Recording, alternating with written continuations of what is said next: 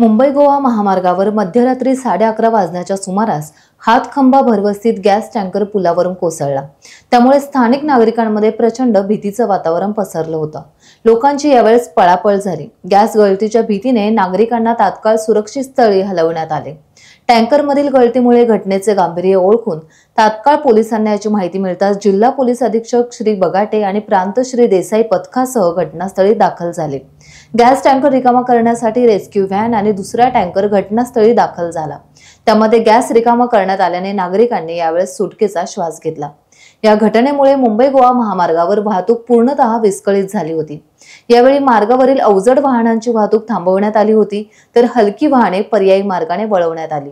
दुर्घटनाग्रस्त टँकर बाजूला काढून महामार्गावरील वाहतूक सकाळी पूर्वपदावर आणण्याचा प्रयत्न प्रशासनाने केला। त्यासाठी पोलीस प्रशासनाने युद्ध पातळीवर प्रयत्न केले। हाती आलेल्या माहितीनुसार पालीतून बावनदी मार्गे मुंबईकडे आणि हातखंब्यातून झरेवाडी मार्गे रत्नागिरीकडे, शिवाय रत्नागिरीतून देवधे मार्गे लांजा गोव्याकडे वाहतूक वळवण्यात आली। अजूनही गॅस टँकर शिफ्टिंगचं काम सुरू असून महामार्ग पूर्णतः बंद आहे। तब्बल 1 महिन्यानंतर पुन्हा एकदा हातखंबा गावात एक LPG गॅस वाहतूक करणारा टँकर पलटी झाला आहे। गॅस गळतीची घटना घडली होती अशी माहिती मिळताच रत्नागिरी जिल्हा प्रशासन असेल आणि जिल्हा पोलीस दल असेल हे सतर्क झालं आणि स्वतः जातीनिशी जिल्हा पोलीस अधीक्षक नितीन बगाटे साहेब हे घटनास्थळी दाखल झालेत। जिल्हा प्रशासनाचे अधिकारी म्हणून प्रांत अधिकारी जीवन देसाई हे देखील या घटनास्थळी आहेत। आपण आपले पोलीस अधीक्षक आहेत त्यांच्याकडून आपण जाणून घेऊया। साहेब, नेमकी काय घटना झाली आणि काय खबरदारी घेतली? 11 साडे11च्या दरम्यान प्रायव्हेट कंपनीचा LPG टँकर 18 मेट्रिक टनचा तो इथं वळणावर तिथून खाली पडलेला आहे पुलाच्या खाली, आणि त्यासंबंधी प्रशासनाने योग्य ती कारवाई केलेली आहे। दोन्ही बाजूला आम्ही ट्रॅफिक वळवलेली आहे। तिथले गावातले जे लोक आहेत ते रेस्क्यू करण्यात आलेले आहेत, तिथून बाहेर काढण्यात आलेले आहे। आणि MIDCची जी रेस्क्यू टीम होती त्यांनी आत्ता तात्पुरतं त्याला लाकूड ठोकून तो गॅस गळती आम्ही बंद केलेली आहे। त्याच्यापूर्वी तो गॅस डिझॉल्व करण्यात अग्निशमन दलच्या लोकांनाही यश आलेलं आहे आणि सगळी टीम माननीय कलेक्टर साहेबसुद्धा स्पॉटला हजर होते, त्यांची टीमसुद्धा स्पॉटला हजर होती आणि योग्यरित्या रत्नागिरी पोलीस दल तसेच प्रशासनाने मिळून त्या घटनेवर सध्या आम्ही काबू केलेला आहे। मोठ्या प्रमाणात पोलीस बंदोबस्त लावला आहे। गावातील जो विद्युत पुरवठा आहे तो देखील माझ्या मते खंडित केलेला आहे।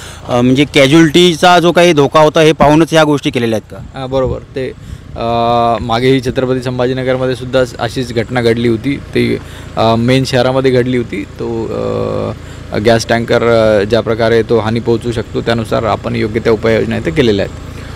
योग्य ते उपाययोजना केल्या। जी काय गॅस गळतीची शक्यता झाली होती ती गॅस गळती देखील रोखण्यात त्यांना यश आलेलं आहे। आपल्यासोबत आहेत जिल्हा प्रशासनाचे अधिकारी रत्नागिरीचे प्रांताधिकारी जीवन देसाई साहेब, जिल्हा प्रशासनाने देखील पोलिसांच्या खांद्याला खांदा लावून इथे काम करते, काय खबरदारी घेतली आपण? माननीय जिल्हाधिकारी साहेब स्वतः इथे या ठिकाणी उपस्थित आहेत, त्यामुळे सर्व निवासी उपजिल्हाधिकारी तहसीलदार सर्वजणच इथे उपस्थित आहेत आणि पोलीस प्रशासन आणि जिल्हा प्रशासन अशी समन्वयाने सध्या परिस्थिती नियंत्रणात आहे। त्याचबरोबर सर्व खबरदारी घेण्यात आलेली आहे। आत्ताच SP सरांनी सांगितलेले त्या सर्व उपाययोजना केलेल्या आहेत। आता जी टेक्निकल टीम आहे तर ती टीम येऊन त्या जो गळती आहे ती दुरुस्ती करण्याचे इथनं पुढची कार्यवाही ही केली जाणार आहे। कॅज्युअल्टीची काय आकडेवारी आहे किंवा काय कॅज्युअल्टी आहे का यामध्ये? नाही, कुठल्याही पद्धतीची कॅज्युअल्टी नाही। ड्रायव्हर जी जखमी झाले होते त्यांना सिव्हिल हॉस्पिटलमध्ये दाखल करण्यात आलेले आहे आणि इथं आजूबाजूची वस्ती असल्यामुळं लोकांना सुरक्षित स्थळी हलवलेलं आहे, त्यामुळं सध्या कुठलीही कॅज्युअल्टी झाली नाही। SP साहेब, साधारण ही वाहतूक आहे हातखंब्यापासून अगदी वरच्या टोकापर्यंत आपला जो वाहतूक पोलिसांचा जो टॅब आहे तिथपर्यंत ही वाहतूक थांबलेली आहे किंवा त्याच्याहीपेक्षा मोठी आहे। साधारण वाहतूक सुरळीत व्हायला किती वेळ लागेल आपल्याला? ERV व्हेकल जी आहे, रेस्क्यू व्हेकल, ते गॅस त्याच्यामधून ट्रान्सफर करतात। जी ॲक्सिडेंट झालेली व्हेकल आहे ती साधारणतः अजून 1 तासात येईल। त्यानंतर त्यांना जेवढा वेळ त्या टँकरमधून गॅस दुसऱ्या टँकमध्ये काढायला लागेल तेवढा वेळ ट्रॅफिक आपली बंद राहील। जोपर्यंत गॅस ट्रान्सफर होत नाही दुसऱ्या गाडीमध्ये तोपर्यंत ही वाहतूक बंदच राहणार आहे आणि ज्यावेळी जो गॅस ट्रान्सफर होईल त्यानंतर मुंबई गोवा महामार्गावरची वाहतूक पूर्वपदावर येईल असं पोलीस अधीक्षक नितीन बगाटे सरांनी सांगितलं। कॅमेरामॅन दीपक मोहितेसह Prashant Pawar, Times Digital, Ratnagiri. Times डिजिटलला लाईक करा, शेअर करा, सबस्क्राईब करा आणि बेल आयकॉन दाबायला विसरू नका। Times digital.